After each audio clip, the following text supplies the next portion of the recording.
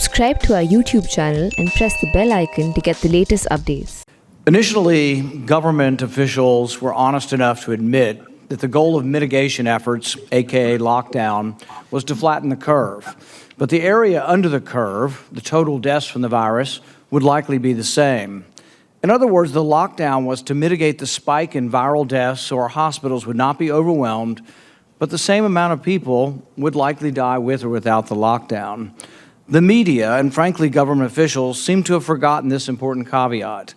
Flattening the curve morphed into a belief that we could change the course of the pandemic with an economic lockdown. This is unfortunate and has led to the protracted lockdown recession we are currently mired in. It's important that we examine the data, learn from the data, and try to avoid the man-made aspect of this calamity in the future.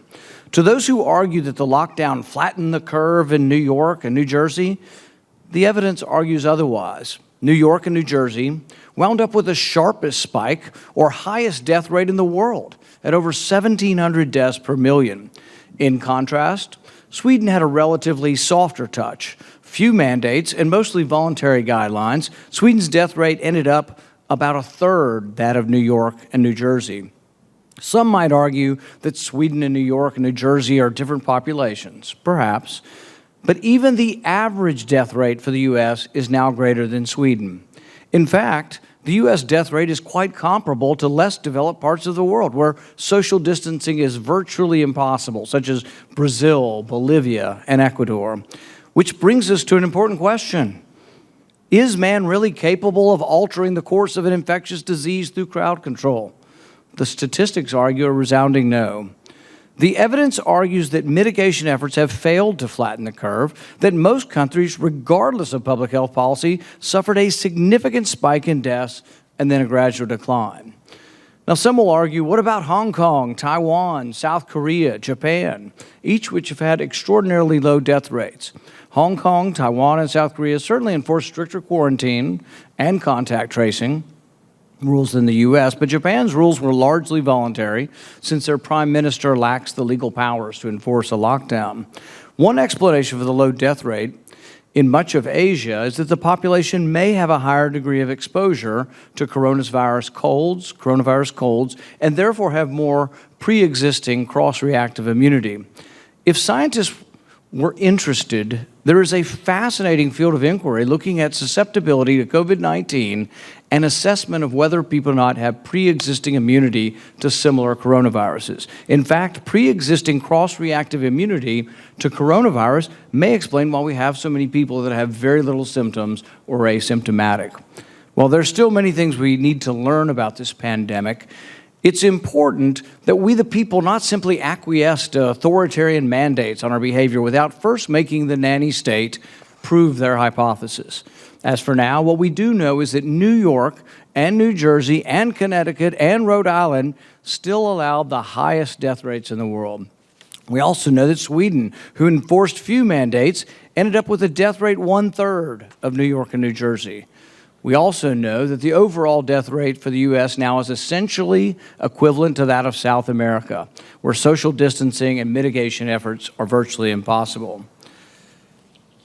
Dr. Fauci, today you said you are not for economic lockdown, yet your mitigation recommendations from dating to baseball to restaurants to movie theaters have led to this economic lockdown.